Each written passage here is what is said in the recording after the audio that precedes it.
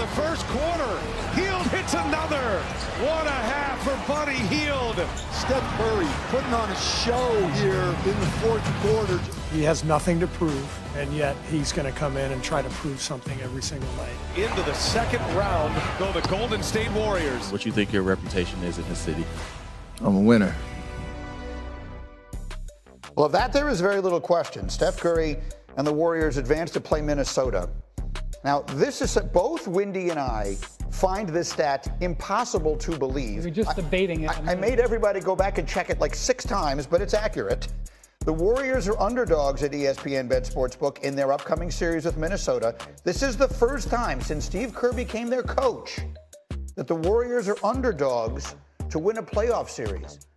It's impossible to believe, and yet it is true. And we were going through it in our minds. And maybe some of the years that we didn't expect them to be great, they either got knocked out in the play-in and didn't make it to the playoffs. They have never been an underdog in this entire run. We just showed that stat about what happens to teams with one day off. Right. Coming in against rested teams. It was a 20-point differential. Right. That's what we're talking about tonight. Nuggets coming into Golden State or Oklahoma City.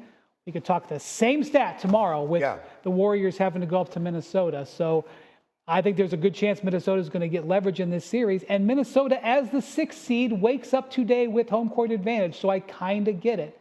It wasn't like the Warriors impressed us the last 3 or so games of this series. Well, and yet they've got all the experience and all the rest of that. And Jay, Will, you and I were talking this morning about sort of the big game hunting that Ant Edwards gets the chance to continue doing now. He's knocked off. He's sort of making his reputation on knocking off the legends of the game, and now he gets his crack against Steph Curry. I mean, you got to think about it, Greeny, like when he walks into his home, the pelts on the wall, right? And the pelts on the wall are, you talk about Kevin Durant, Devin Booker. The pelts on the wall are Nikola Jokic, Jamal Murray. The pelts on the wall are LeBron James and Luka Doncic. And now you get a chance. Look, it ain't Ant-Man, it ain't Superman, it ain't Batman. Like Lakers in 5, right? Like he carries that type of momentum, and he's hunting for pelts. And now to have the pelt to go against Stephen Curry. And do not forget, they just won a gold medal together. If there's anybody that spent a lot of time together this summer in training and understand how each one really works, that is Anthony Edwards and Stephen Curry. But also, if there's anybody that understands what Ant Edwards likes and doesn't like, that is Steve Kerr, who coached USA basketball this summer.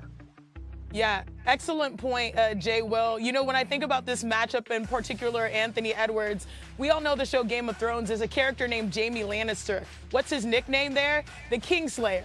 That's exactly what Anthony Edwards has become. You mentioned the players, Jokic, KD, now LeBron, Luka, and now he's salivating at the opportunity to take down Steph, the greatest shooter that we've ever seen. And you know what's crazy? You're talking about how you can take inspiration from being, mentored by the likes of who he has taken down. Well, Anthony Edwards actually led the NBA, if I'm correct, in 3-point makes this year. He emulated a lot of Steph's game to help him grow, and now he's carrying his teammates alongside him. This is not just the Ant show. He has that it factor that makes his teammates better. What Nasrid has done, what Jaden McDaniels has done, they believe because that's the moxie, that's the swag, that's the aura that Anthony Edwards has. We really, in this last series against the Lakers, we saw tremendous play by the role players, by the Wolves. Mm-hmm. Jaden McDaniels, probably the finest moment in his career. He had 2 or 3 awesome games in that series. If they can, Julius Randle just had the best series of his career, okay? Yeah. If they can keep that up with home court, with the size advantage that they have on the Warriors, with the depth advantage that they have on the Warriors, with home court advantage, this is a situation where you remember that this team made the conference finals last year, and they finished the season 17-4. It didn't get noticed because we were seeing all this other stuff. They finished the season 17-4. They go 4-1 against the Lakers. A lot of things are pointing towards the Wolves being in good position. So we'll have tomorrow to sort of Jay Will wants a timeout. Go.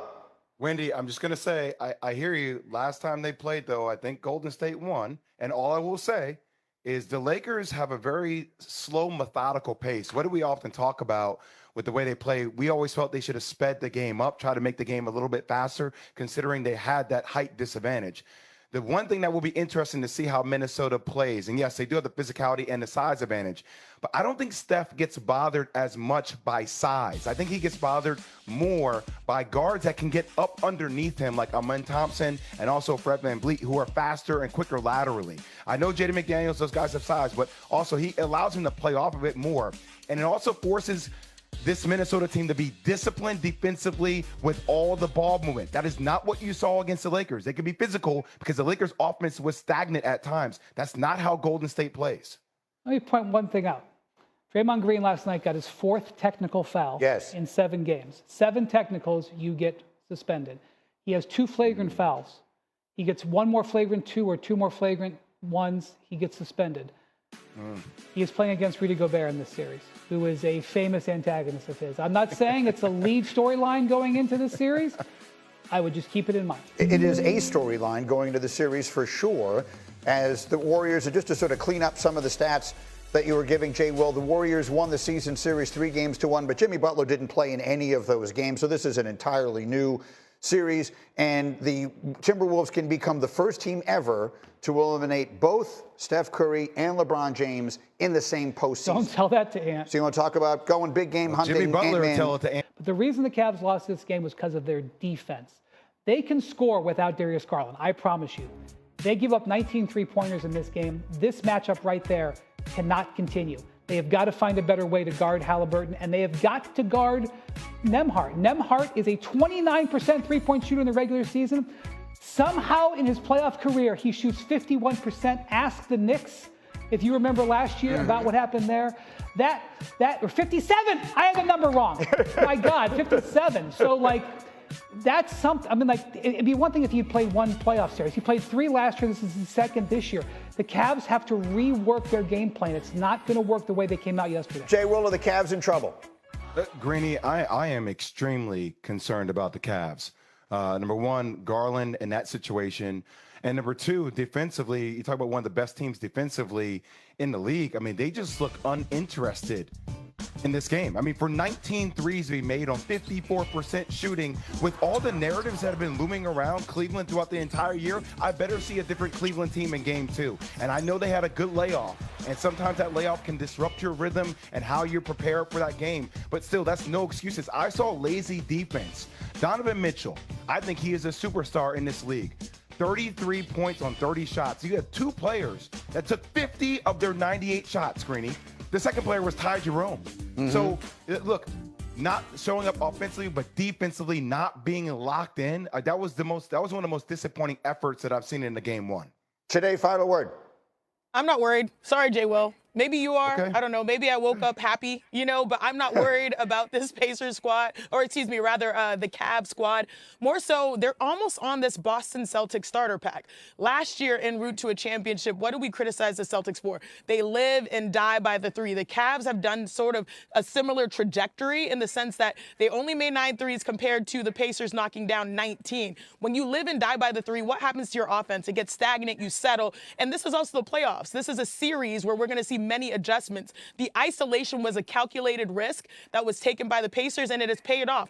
The Pacers are fearless, and sometimes in these playoff runs, you have to be, I guess you can say, you get humbled by expectation. So I think right now the adjustment moving forward is to try to figure out how to maybe not leave Jarrett Allen on an island because Tyrese Halliburton was cooking. But overall, I think the Cavs will respond because we've seen so much better basketball the first round that they're likely law of average to bounce back. Okay, fair enough. So that's what we saw last night. Meanwhile, let me give you 3 more things you should know about the NBA this weekend. It starts with James Harden. His Game 7 struggles continued. He went 2 for 8, and the Clippers lost to the Nuggets on Saturday. 7 total.